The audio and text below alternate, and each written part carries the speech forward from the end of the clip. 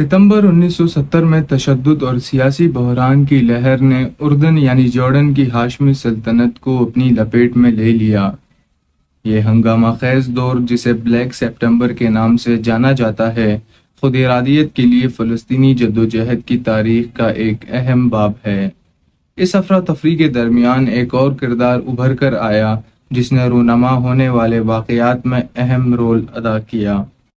Black September یعنی سیاہ ستمبر کی جڑیں عرب اسرائیل تنازع میں تلاش کی جا سکتی ہیں، جس نے ہزاروں فلسطینیوں کو اپنے گھروں سے بے گھر کر دیا۔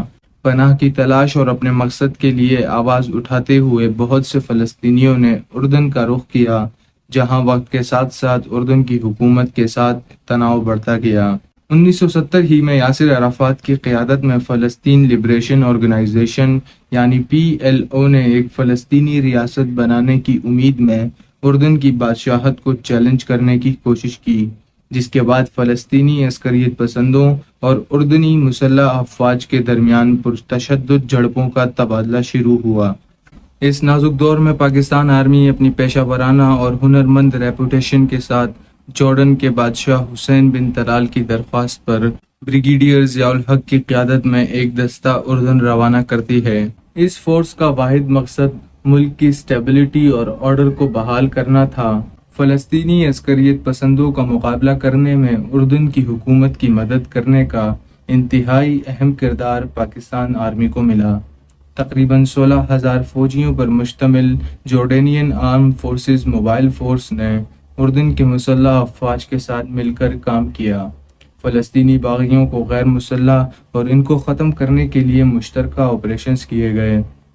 بریگیڈیئر ضیاء الحق، جو کہ بعد ازاں پاکستان آرمی کے جرنیل اور پھر ملک کے صدر بنے، نے پاکستانی دستے کی قیادت کی۔ آپ کی قیادت، دور اندیش حکمت عملی اور منصوبہ بندی نے ملیٹنٹس کے خلاف کارروائیوں میں اہم کردار ادا کیا۔ پاک فوج کی شمولیت صرف جنگی کارروائیوں تک محدود نہیں تھی، بلکہ انہوں نے اردنی فوج کی تربیت اور رہنمائی میں بھی کلیدی کردار ادا کیا۔ پاک فوج نے اردنی افواج کو عسکریت پسندوں کا مؤثر طریقے سے مقابلہ کرنے کے لیے ضروری مہارتوں سے لیس کیا۔ پاکستانی فوجی ماہرین نے انسداد بغاوت کی حکمت عملی، انٹیلیجنس معلومات اکٹھا کرنے اور اردنی مسلح افواج کو لاجسٹک سپورٹ کی خصوصی تربیت فراہم کی۔ This transfer of knowledge enhanced the capabilities of the Jordanian military in dealing with the complex security situations.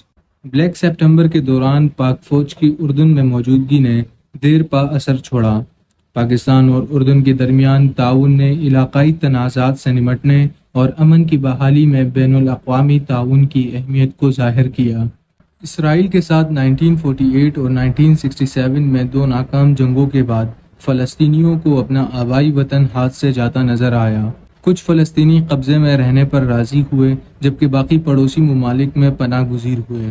1960 میں صرف اردن میں فلسطینیوں کی تعداد 1 ملین یعنی 10 لاکھ سے بڑھ گئی تھی، جو کہ اردن کی کل آبادی کا تقریباً 60% بنتا ہے۔ فلسطین لبریشن آرگنائزیشن نے اردن میں فلسطینی ریفیوجیز کیمپس میں اسٹیٹ ودن اسٹیٹ بنا رکھی تھی، اور اردن کی لا انفورسمنٹ فورسز اور اردن کے آفیشلز کے ساتھ ان کی جھڑپیں معمول کی بات تھی۔ جب پانی سر سے گزر گیا تو اردن کے بادشاہ حسین بن طلال کو اپنی بادشاہت خطرے میں نظر آئی۔ انہی خدشات کی بنا پر انہوں نے پاکستان آرمی کی مدد طلب کی تھی، اور اب انہوں نے باقاعدہ ایکشن لینے کا فیصلہ کر لیا۔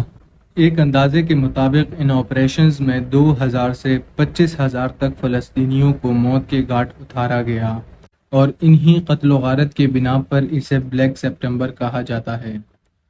اس قتل و غارت کا الزام اس وقت بریگیڈیئر ضیاء الحق کو دیا جاتا ہے، لیکن کچھ اصحاب بصیرت اس میں کچھ صداقت نہیں دیکھتے، بلکہ ان کا ماننا ہے کہ ضیاء الحق کے بھٹو کو پھانسی دینے کی وجہ سے ضیاء کے حریفوں نے کردار کشی کیریکٹر اسیسینیشن کے لیے اس واقعے کی آڑ لی ہے۔